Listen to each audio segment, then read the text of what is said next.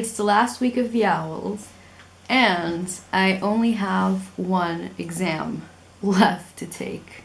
Not for my career, I mean like one owl. I've read 11 books, right? It's pretty cool. So the last exam that I need to take is Care of Magical Creatures, and that prompt is to read a book with a creature with a beak on the cover. So I'm finally reading Call Down the Hawk by Maggie Stiefvater.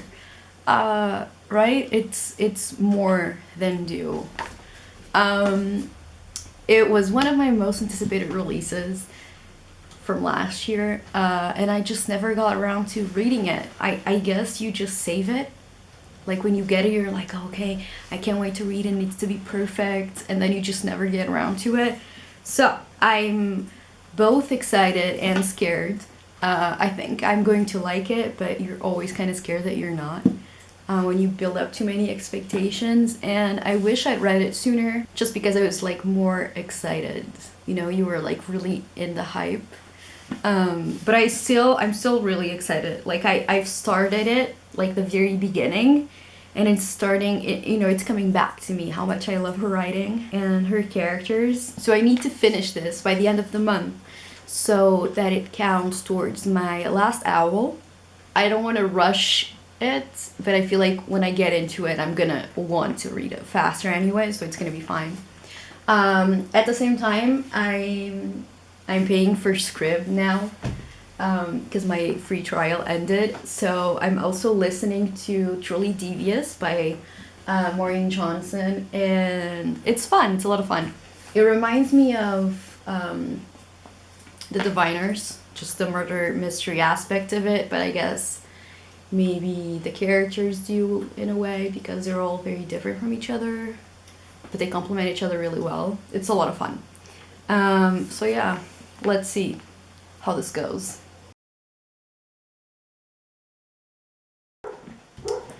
Okay, so this has nothing to do with anything, but I was playing Animal Crossing and I was villager hunting because Rocket is finally moving out. She moved out actually already. And I couldn't find a villager that I liked, and I just got one of my favorites on a deserted island tour or whatever it's called. I got Maple. I'm gonna invite her. Look at us. We're so happy. I'm getting Maple. Okay. I'm very happy. Since I'm here, I'm almost done with Truly Devious, so I'm going to stop listening to that for a second, and then I'm gonna go read.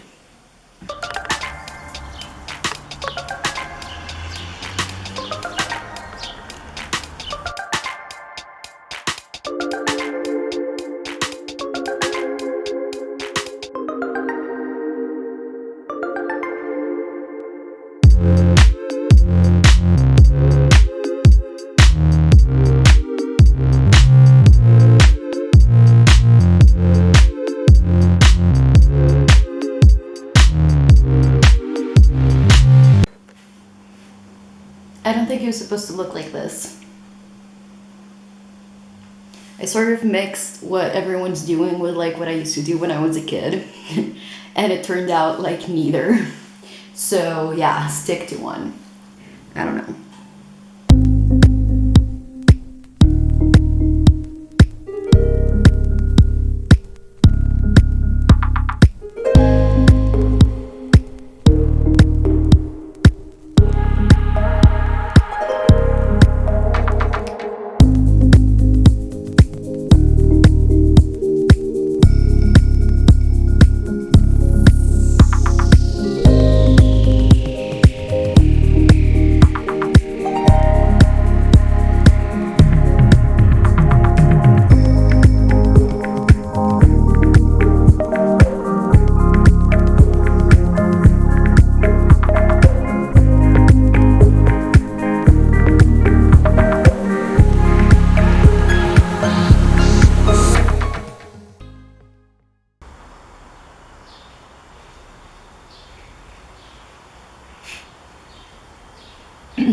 I don't know what to say without spoiling. It's so good.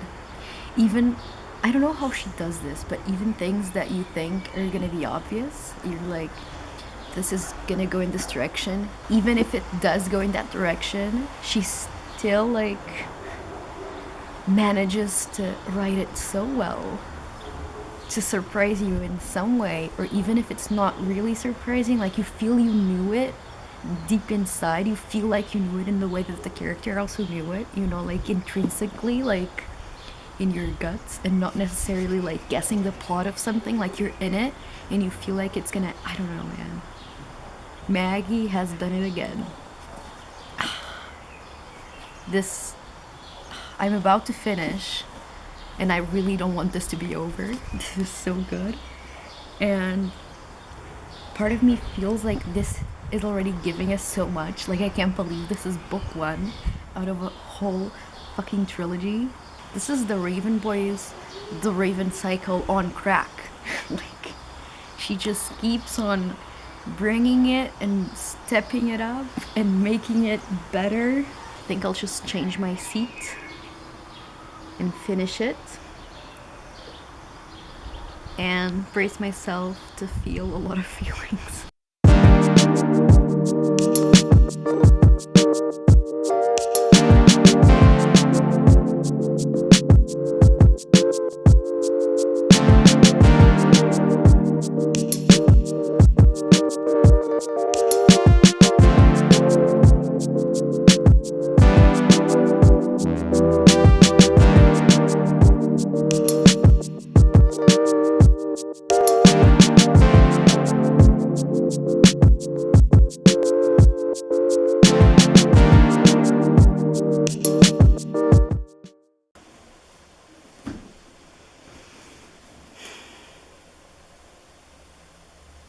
I finished it.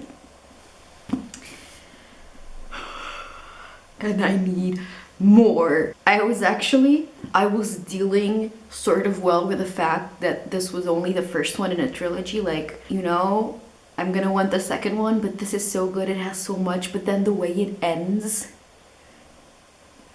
I need the second book, like, now. It's good. It's very good. Oh, Maggie, you've done it again. Okay, I'm gonna go think.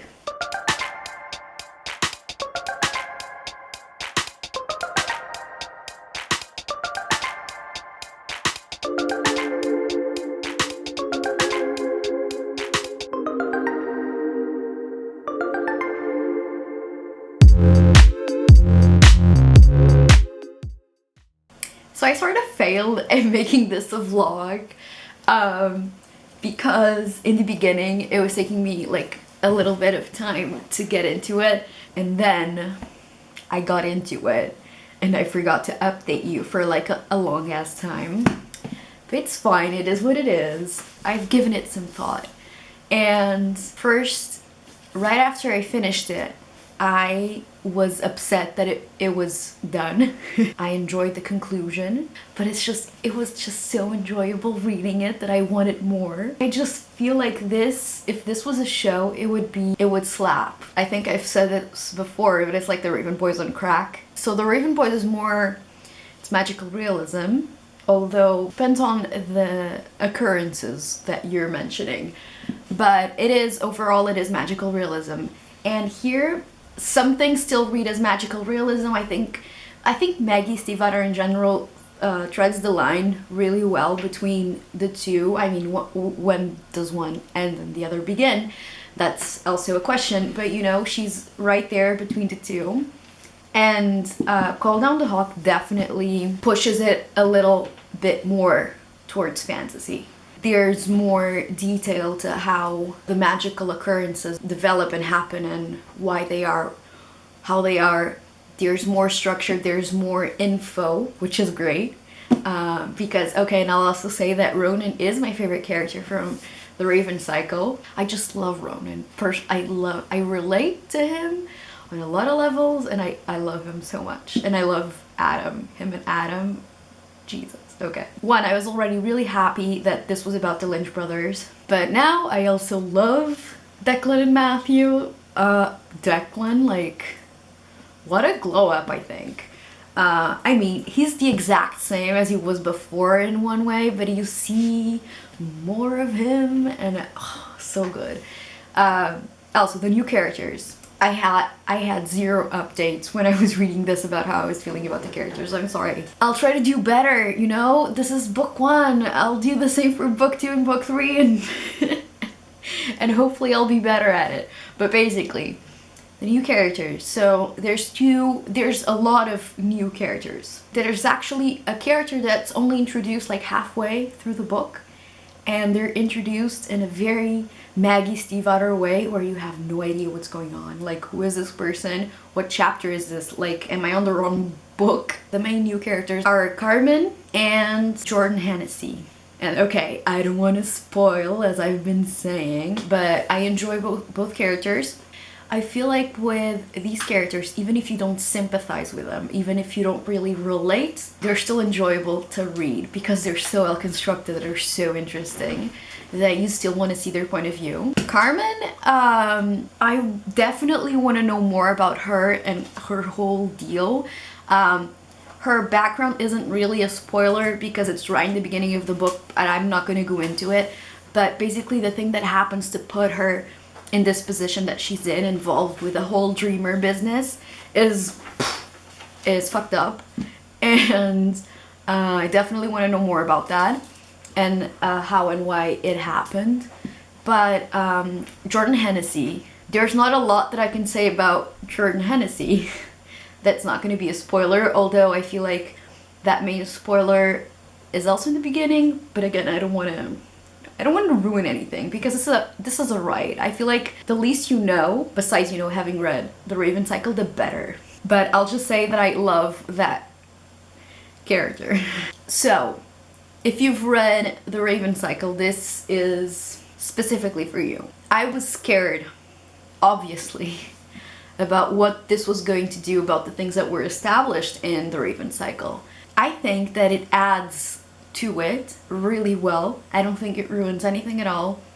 I feel like it makes sense, which is very difficult because every time you have like a spin-off or like a sequel that is a little bit detached in time, if you think about it from an author's point of view, your relationship with the characters after a few years is not going to be the same, right? And if you do a spin-off, sometimes it's hard to get in the same mindset and the whole context. It's always difficult. Here, I don't think that happened at all. I may be biased, but at the same time, since I would be biased, since I love The Raven Cycle so much, I would also be harsher on if anything felt ruined to me, you know, because I felt so many feelings about all that happened, all of these characters, that I am very protective of them. But I feel like the job was very well done. Even the characters that weren't on page, actually, it made sense what they were doing when they were in the book, sort of, you'll see when you read it. So basically, I think it definitely, it has a potential to go even deeper than The Raven Cycle, because even from, you know, book 1, you have so much more than you had on book 1 of The Raven Cycle, The Raven Boys, which is normal because this is book 1 of this trilogy, but it's not really, you know, it's not book 1 of this universe, and some of these characters have been built up before we got to here. I, for one, love Maggie Stiefvater's writing style. I love her writing style. I love the characters, I love the devices used, and I love the themes and topics that are portrayed through those devices. So let's call it a magic system. Here is very interesting. You get just the right amount of information in book 1, I think. And I feel like we're not going to have like a full-on explanation by the end of the trilogy. I feel like that's the sort of narrative that Maggie goes to. You'll get just the right answers. You won't get all of them, but you'll get the ones that you need. To sum up, 5 out of 5 stars, new favorite, already thinking about possibly rereading, but I'll definitely be going back to certain events and certain chapters. I think I liked it even more than The Raven Boys, but let's not go into that rabbit hole just yet, you know. Let's hold off on judgment series wise, and it's not really needed to decide if you like one or the other more, but I like this a lot. Ronan is most definitely still my favorite character. So this was actually not the last book that I read for the month. I picked up Fantastic Beasts in order to find them. for the Dragon Tamer prompt. It was a reread, but it was fun. It's always fun. With that, I completed every single album. I don't know. I also don't know how it happened. Don't ask me. I don't know. It was a good reading month. Not a good month, but a good reading month, I guess. I guess it was to like compensate. So now I think I'm gonna go color in all of the potion bottles and finish all of my reading tracker thingies. Especially log this beauty.